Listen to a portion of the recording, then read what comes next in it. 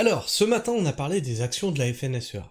Vous savez que j'essaye de documenter au maximum ce qui se passe dans le monde agricole, et donc quand il y a une révolte, vous me demandez de faire beaucoup de recherches quand même, parce que il y en a de partout, il y en a de partout, puis moi je suis pas payé à ça.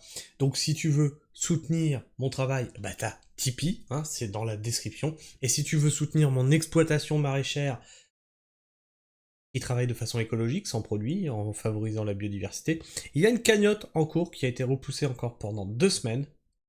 Une cagnotte Mimosa, tu la retrouves en bas, dans la description.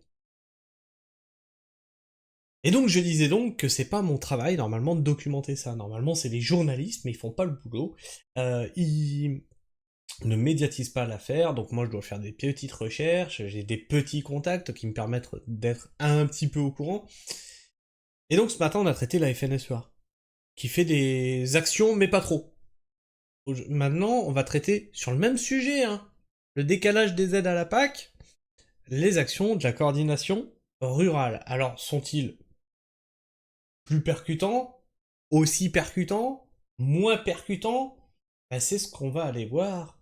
Et comme je suis non syndiqué, je peux me permettre d'être critique de tous les syndicats. On va laisser des messages forts, nouvelles actions, coups de poing des agriculteurs pour protester contre le décalage des aides à la PAC.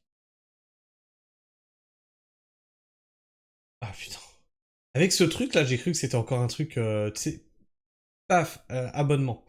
Le syndicat agricole Coordination Rurale appelle ses adhérents à mener une action coup de poing dans la nuit de dimanche 6 octobre 2024 à Toulouse, au même endroit que ce matin, Toulouse, en Haute-Garonne, devant l'agence de services et de paiement, chargée notamment de verser les aides à la PAC.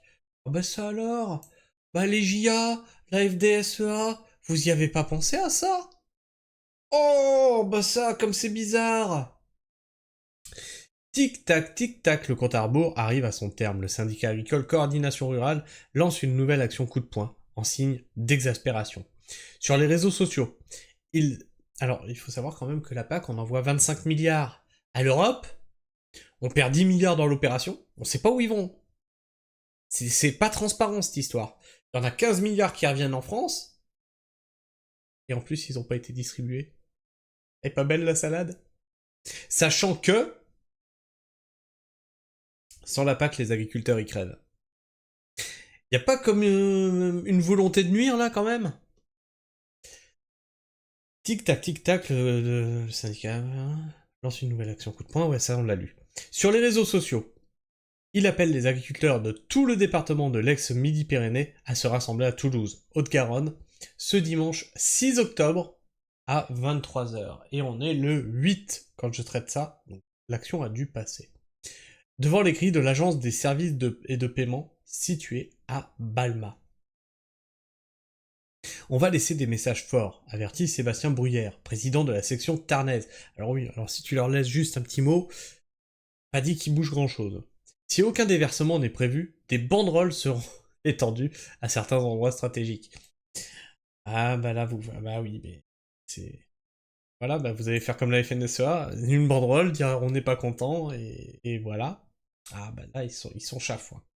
Des contrôles tardifs. Pas de nouveaux mouvements des agriculteurs. Les agriculteurs entendent notamment protester contre des retards de versement des aides de la politique agricole commune. Certains de nos adhérents ont été à peine contrôlés il y a une dizaine de jours et sont en conformité, mais ils ne savent pas si les aides leur seront versées entre le 17 et 19 octobre, comme prévu. Pareil, hein. Quand je vous dis, allez-y, demandez les aides. Vous savez, quand je parle de la mise en place d'une micro-ferme, il y en a qui me disent, ouais, t'as été con de pas demander les aides. Déjà, c'est une volonté propre de pas avoir demandé les aides. Parce que si tu as ce genre de projet, tu vois, c'est un genre de projet normalement de bobo, d'hippie, tu vois, la micro-ferme, c'est vraiment, c'est le fantasme du bobo parisien qui débarque en campagne. Donc, quand tu as ce genre de projet, déjà, tu te permets pas de faire peser ça sur la société. Ça marche ou ça marche pas. D'accord? T'es confiant dans ton projet? T'investis tes billes. C'est ce que j'ai fait. 20 000 euros d'économie de smicard. Ensuite, tu me dis, oui, mais t'es bien con, t'aurais pu demander les aides. Oui, mais une aide, elle t'est pas donnée comme ça. T'inquiète pas, il y a des contreparties. Mais tu crois quoi? Tu crois quoi? Que l'État distribue du pognon comme ça? Donc tu vois, si tu demandes la PAC, à la PAC, t'es soumis à contrôle. T'as intérêt à faire ce qu'elle te dit la PAC. Voilà. Alors normalement, la PAC avait été révisée, cette année, on aurait pu la demander. C'était à voir parce que manquait peut-être 200 mètres carrés sur l'exploitation pour pouvoir demander ou pas. C'était bizarre parce qu'il fallait calculer des trucs. Alors, les calculs de PAC, c'est un bordel. C'est un bordel. Suivant ce que tu cultives, c'est un bordel. Et donc, il manquait peut-être 200 mètres carrés. Et donc, la chambre d'agriculture, elle m'a dit, allez, on le tente. On vous envoie vers un mec qui va vous aider à remplir la PAC. Et on le tente. Et moi, j'ai dit, non, on le tente pas, non. Il manque peut-être 200 mètres carrés. Ensuite, je vais être emmerdé comme ça, là, des contrôles, des machins, des visites, et il faut que tu plantes ça comme ci, comme ça. Va te faire foutre. Je me démerde sans. Bon, sur la surface que j'ai, ça représentait 700 € par an. Donc, tu penses bien que j'en ai rien à foutre. Problème, ces agriculteurs ont contracté des prêts à court terme pour renforcer leur trésorerie. Ah, la meilleure idée qui soit. C'est-à-dire qu'on a une entreprise qui est dans la merde, qu'est-ce qu'on fait? Bon, on va contracter des prêts. Il se retrouve piégé, lance encore l'agriculteur tarnais qui précise que ces aides de la PAC servent au fonctionnement des exploitations et représentent des milliers d'euros. On demande que les dossiers qui ne présentent pas d'anomalie puissent être réglés à date, insiste le président. Près de 2000 dossiers concernés en Occitanie. Mais pourquoi, moi je pose la question, comment ça se fait que ces dossiers... Pourquoi c'est bloqué? Pourquoi l'administration fait pas son taf? Plus largement, la coordination rurale veut dénoncer un système qui demande à être revu. On n'attendrait pas les aides de la PAC si les prix d'achat n'étaient pas si bas. Il faut les réactualiser en fonction de l'inflation. Aujourd'hui, voilà, c'est ça le truc. Voilà, c'est... Alors, tu vois, par rapport à la FNSEA, la coordination rurale est toujours dans le même slogan que la première révolte. Ils veulent des prix, pas des primes. La PAC, à la rigueur, ils s'en foutent. Ils n'auraient pas besoin de la demander si la bouffe était achetée au prix correct. Que tu puisses vivre de ton boulot. C'est pas normal de devoir aller faire la manche et de devoir demander des subventions alors que tu bosses 70-90 heures semaine.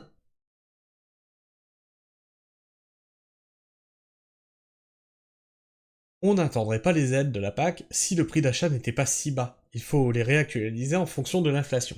Aujourd'hui, pour acheter 1 mètre cube de gasoil, il faut produire 4 tonnes de blé. Contre 1 tonne il y a quelques années. Mais c'était avant le virus qui te donnait un rhume 19, hein, on va pas dire le mot, sinon la vidéo est démonétisée. Mais c'était avant donc ce fameux virus que le conflit ukrainien éclate et que l'énergie flambe. Il faut vraiment que les politiques arrêtent de faire l'autruche ou dans 10 ans, on ne décidera plus de ce que l'on mettra dans nos assiettes. Ces retards de versement de la PAC concerneraient, selon le syndicat, 150 dossiers de ses adhérents. Dans certains départements comme le Gers, entre 1500 et 2000 sur toute la région Occitanie. Fin septembre, l'organisation syndicale avait déjà mené des actions nocturnes dans le Tarn et l'Aveyron pour... Alors attends, fin septembre... Non, ils y sont depuis juin. Avait déjà mené des actions nocturnes dans le Tarn et l'Aveyron pour interpeller l'État sur une révision de la taxe foncière. D'autres syndicats comme la FDSEA et les jeunes agriculteurs ont également brandi la menace de reprendre leur mouvement dans les prochaines semaines. On a traité la vidéo ce matin. Ouh là là, ça fait peur. En janvier dernier, les agriculteurs avaient bloqué plusieurs autoroutes pendant plusieurs semaines. Plusieurs semaines. Belle coquille. Bon, je vais pas me moquer, je fais pire. Enfin, bref, la pragmatisme, qu'est-ce que tu penses de tout ça? Est-ce que tu penses que la CR est plus sérieuse que la FNSEA? Dis-le moi dans les commentaires. Est-ce que tu penses que la FNSEA est plus sérieuse que la CR? Dis-le moi dans les commentaires. Débattez-en entre vous. Alors je sais que j'ai des agriculteurs qui me suivent, beaucoup d'agriculteurs. Donc, quel que soit votre bord syndical, évitez de vous écharper dans les commentaires, hein, sinon la modération devra faire son travail. Et puis, tu connais la musique, hein, tu partages la pragmatisme autour de toi, hein, puisque les médias font pas leur boulot. Je dois traiter l'actualité agricole tout seul, comme un grand, et mettre ça au devant de la scène, au devant de la scène politique. C'est pas normal même que les politiques ne s'en saisissent pas. Partage cette vidéo, partage la chaîne, partage nos valeurs d'écologie, d'environnement, d'agriculture, et puis après, tu likes, tu cloches, tu t'abonnes, tu vérifies que t'es toujours bien abonné. Parce que YouTube s'amuse à en désabonner certains d'entre vous. Et sur ce, moi je vous fais la bise, prenez soin du sol, et restez pragmatiques. Ciao.